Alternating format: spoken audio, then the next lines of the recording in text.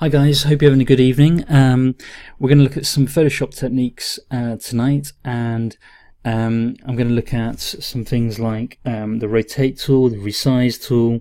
We're going to look at grouping, we're going to look at color depth, and we're going to look at things like shapes, and all of these things hopefully you'll be able to use in future assignments. And obviously when we come to look at things like the tools that we're going to display, I'll get there in the end. It's going to be a case of, I'm going to show you some stuff, but you'll ultimately need to apply it into images that you need to create or want to create. And don't forget, you're going to need to be providing evidence of these tools as we go along. So while I'm not going to be necessarily taking screenshots of how I'm doing things, you will need to do so. And obviously that then provides evidence to the for people like external verifiers and so on, of things that you're able to do. So I'll start off with things like the rotate tool. So the rotate tool is relatively straightforward, and I'm just going to take one of these images once I have unlocked it, of course, and I'm going to drag this into my untitled image, and I have my troll face. And in order to rotate this, I'm literally going to use free transform, and then when you you have the lines outside the image, and then when you actually hold it over the corners, the mouse cursor turns into a double-headed arrow, and you can start rotating this around a point. Now you also have an option to be a little bit more arbitrary about this, and you have to apply the transformation, and what we can also do is rotate the image by using image rotation here, and then you can actually specify an actual amount that you want the image to rotate by. So this is going to be a lot more finite, I suppose you could say. So you can use either of those to rotate the image. Now where you have things like canvas size, the canvas is the white background here, and that'll obviously change the size of the image as a whole.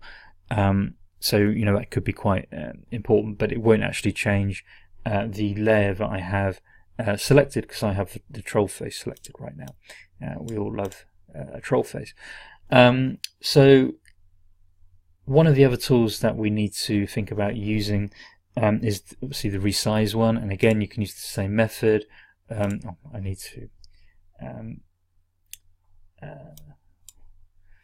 We can use the same method of free transform, and then you can resize it like this.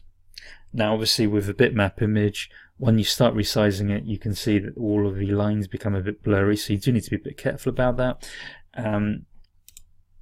The image as a whole, like I said, you can change the size of it by clicking on the image size. So, crikey, this won't be massive if I was actually to make it full, and you can resize it like that. But generally, I'm happy enough with people to show evidence that they can resize these items on individual layers. That's fine. One of the other items that we need to look at is the potential of grouping. Sorry, just had a little issue there, which is why you might have had a little hiccup. So the issue with grouping, which is where you might have a couple of separate layers, and you want to actually put them together on a single layer. So let's say, for example, when I'm bringing this smiley face into my image, let me drag it, and I can't actually move the troll face and the smiley face together. However, what I want to do is move them together in the future. So what I'm going to do is, by holding down the control key, I can select more than one layer at once. So if you can see here, at the minute layer 2 is selected. If I hold down control, I can then select layer 1, and when I right click, don't get confused with this group from layers up here. That is just it's going to create a folder with all of these layers, and it doesn't actually do what we want it to do in this instance. However, if we use merge layers, then it will put everything together on a single layer like this. So you can see we've actually lost the layer here, but everything is now together on a single layer. So now that means we can move them about at the same time. So this has advantages. It should save you some time. It will maintain proportions in terms of if I do edit free transform, and then I can hold down things like the shift, and it will maintain all of these proportions here, making it easier for you to work with in the future. But obviously it is going to have issues in terms of if you want to split them in the future. It'll become a bit more difficult for you to do that, but it's something that you need to provide evidence of. Further tools that you do need to provide evidence of are things like color depth.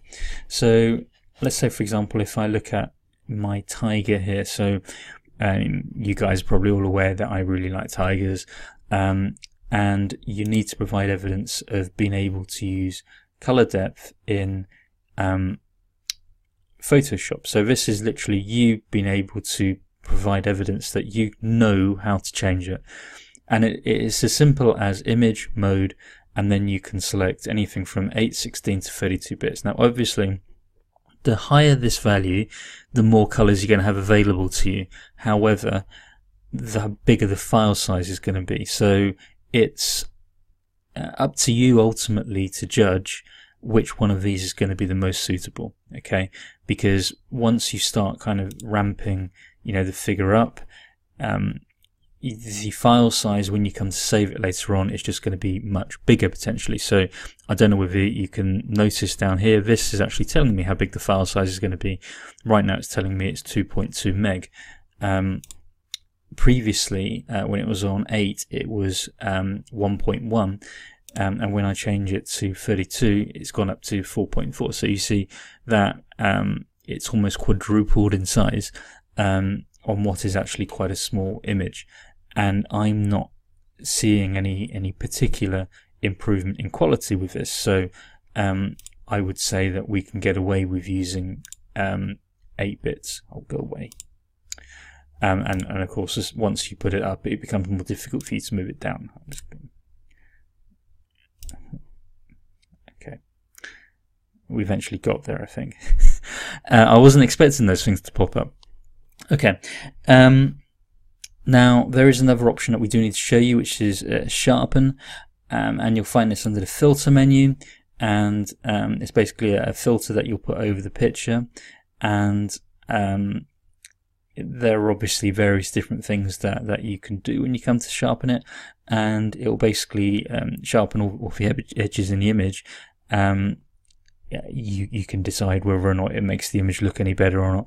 As usual, when you actually go in here, if you just hit sharpen here, it won't give you any more options. However, if you go into sharpen more, you can actually begin to see that this has a bit of an effect on it, and you can go in and even have different options here as to how much you want this to actually impact your image, and you can have a play about with the options. And remember, it doesn't impact or it won't make the changes final until such point as you hit OK. So all this is a preview right now, and yeah, you can just have a play about, and all I'm looking for is evidence that you can do this. However, you will need to have a play about and see actually which one you think looks best. It's because it's only by using this stuff that you will really learn and understand it. Now my tiger was getting a bit ruined there, which was a bit disappointing. There is one further tool that you may or may not decide to use, which is the pen tool. Now, I'm not particularly good with the pen tool, so I'm going to attempt to show you, and if it goes slightly wrong, you'll have to forgive me. So the pen tool is found above the text tool, and the pen tool is a very different type of tool to other ones that you may have used. I'm actually going to create a new layer in case this goes entirely wrong, and then I can delete the layer, which is obviously a big advantage of Photoshop. Now, you may kind of think, well, the pen tool is the same as the pencil tool. Well, that's not correct. So the pencil tool is up here. I've selected it previously. You do have other tools like the brush tool, which is thicker than the pencil tool. I'm just going to use the pencil tool in this instance, and I can just draw on the image straight away.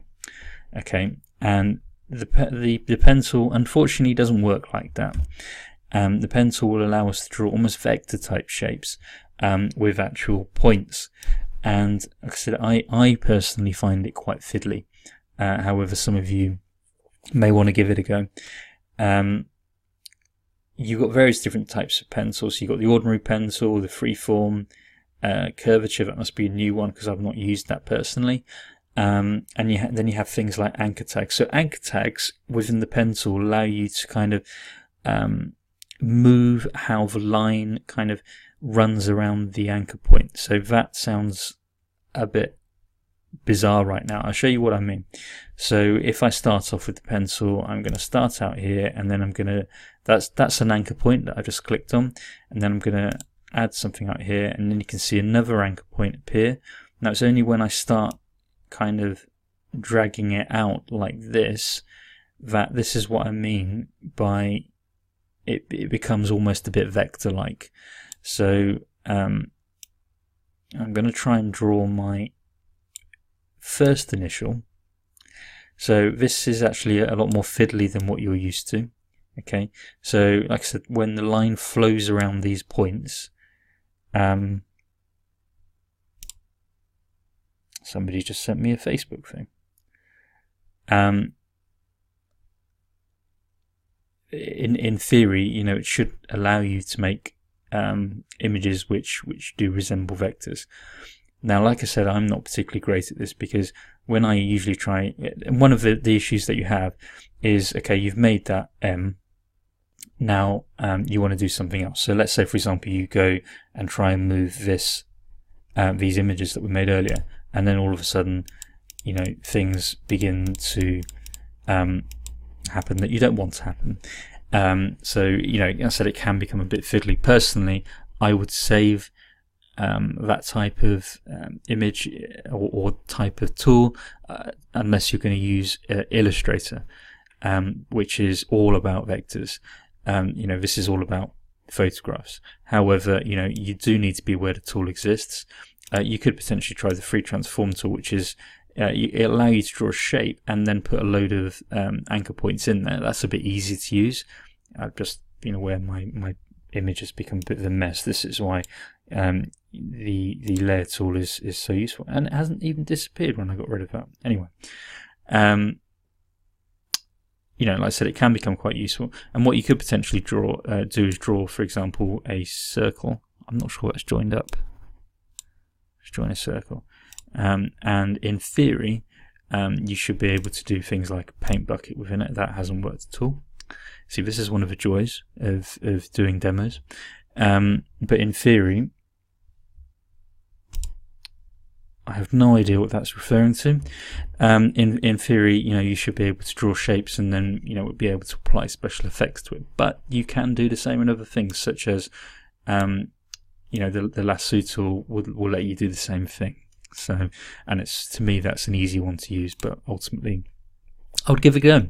You know, I mean, you only by trying this stuff do you really kind of become proficient at it. Okay, well, thank you for watching. Remember to subscribe, and I will see you again soon. Thank you.